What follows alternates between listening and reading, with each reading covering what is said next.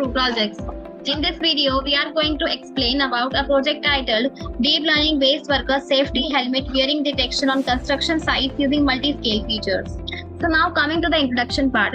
In the past few years, there has been an increasing focus in the construction industry on utilizing advanced technologies to improve safety practice and reduce potential hazards. A significant development in this regard is the widespread adoption of deep learning, which has transformed conventional safety procedures. A noteworthy example is the integration of deep learning systems to identify the usage of safety helmets by workers in construction areas. This adoption is based on the acknowledgement of the crucial role that protective headgear plays in preventing accidents and fatalities within the construction field. So now coming to the objective part for this project is to detect workers' use of safety helmets on construction sites. Employing multi-scale features is to greatly improve and automate safety monitoring procedures. In an industry recognized for its inherent dangers, a proactive strategy is essential to address potential risks, especially in ensuring the correct utilization of safety helmets. Through the utilization of deep learning algorithms, this technological innovation seeks to transform conventional safety procedures by offering a more precise, effective, and instantaneous method for evaluating adherence to safety regulations. So now coming to the requirements part, here we have two types of requirements, the hardware requirements and the software requirements. In hardware requirements, operating system as Windows is required, processor i5 and above, minimum 8 GB of RAM is required, hard disk 20 GB and above. Coming to the software requirements part, Anaconda 3 is required and Visual Studio Community version is required. So now coming to the flow of work, here first we have importing the packages.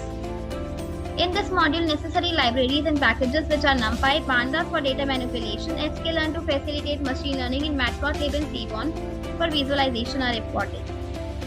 Second, here we have exploring the dataset. This step involves understanding and examining the dataset that will be used for training and testing the model.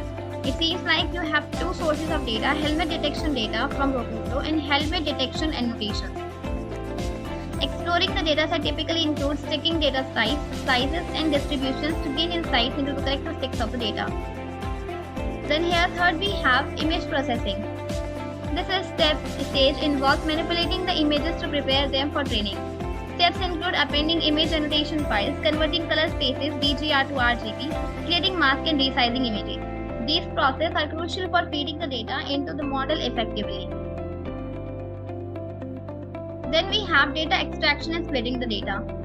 This step involves extracting relevant information from the dataset and dividing it into subsets for training, validation, and for testing. Proper data splitting is essential for assessing the model's performance accurately. Then we have installing the packages required for YOLO V5 in Colab. In a Colab environment, setting up the necessary packages and dependencies is critical. This ensures that the environment is equipped with the tools needed to run YOLO V5, a popular object detection model. So next here we have processing the data based on YOLO V5 model. This involves further data preparation specifically tailored for YOLO V5, a deep learning model designed for object detection tasks. Then we have building the model in Colab. This step involves selecting a model architecture for object detection. In this case, YOLO V5 and parser RCNN are mentioned. Building the model includes defining its structure and parameters. Then here we have training the model. This is where the model learns from the dataset. Training involves feeding the prepared data into the model, adjusting the model's rate based on the error loss it generates, and repeating this process until the model performs well. Then we have building the model with YOLO V5. A more detailed description of building the model specifically with YOLO V5. This might include specifying the configuration and hyperparameters of the YOLO V5 model.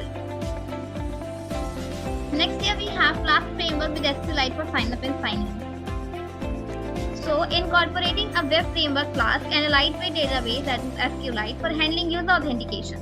This suggests that the system includes user accounts with sign up and sign in functionality. Next we have user gives input as image or video. This step involves the user providing input either as an image or a video to be processed by the system. The given input pre-processed and with trained model is used for detecting the license plate. The user input is pre-processed, likely involving resizing or other transformations, and then passed through the trained model for license plate detection. Next we have the segmenting each object and putting bounding box. This involves identifying and isolating individual objects in the image or video and then drawing bounding boxes around them. This step is crucial for visualizing the model's prediction. And the last one here we have final outcome is displayed. The results including the detected objects and bounding boxes are presented to the user as the final outcome of the process. So now coming to the execution part, to execute the project first we need to open the code folder. So here we have a folder which is named as templates. This folder contains all the HTML pages used in the project. It typically includes files like index.html, about.html, etc. which represent different pages of the website. Another folder which is named as static. This folder consists of files related to CSS, JavaScript and Bootstrap files. Next here we have i.ipynb file, which is a Jupyter notebook file which contains a combination of code, drafts and outputs all in one place. It allows the users to write and execute code in individual cells, making it a popular choice for data science. Next here we have app.py file, which likely contains the information related to front-end logic. It could include code written in Python that handles server-side operations such as processing user requests, interacting with the database and generating dynamic content to be rendered in the HTML templates. Next here we have signup.db. This file appears to be the database file which is used to store the information. So now just click over here and copy the path from here. Open the Anaconda prompt. Type the cd command followed by a space and paste the path over here and now hit the enter button. Now type python app.py and now just hit the enter button. After running the app.py file, the Flask framework will host the application link locally at the default address and port 5000 unless configured differently.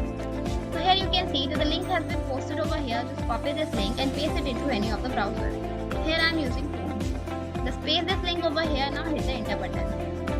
Here you can see that this is our home page. Here you can see that we have an option for sign up button. Simply click on it and enter the username, your name, email, mobile number and your password. I have already done the registration, so I am clicking on sign in button. Just enter the username and the password over here which you have created while doing the registration and click on sign in button. Click on OK and here it is asking for choosing the file from here. Here I am uploading this image and click on open button and now click on upload.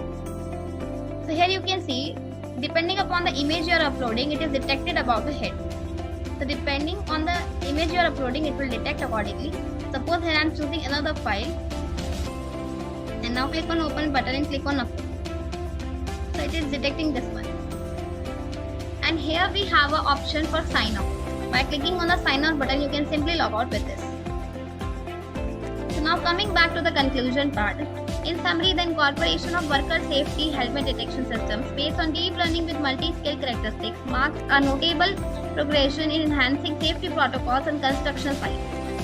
Through the utilization of advanced deep learning algorithms, this innovation presents a game-changing answer to the enduring issue of maintaining consistent and correct helmet usage among construction workers. So here we have completed with our project. Thank you. Thank you for watching video. For more projects, please visit our website www.trueprojects.in. For updates on latest project videos, please visit True Projects YouTube channel and subscribe.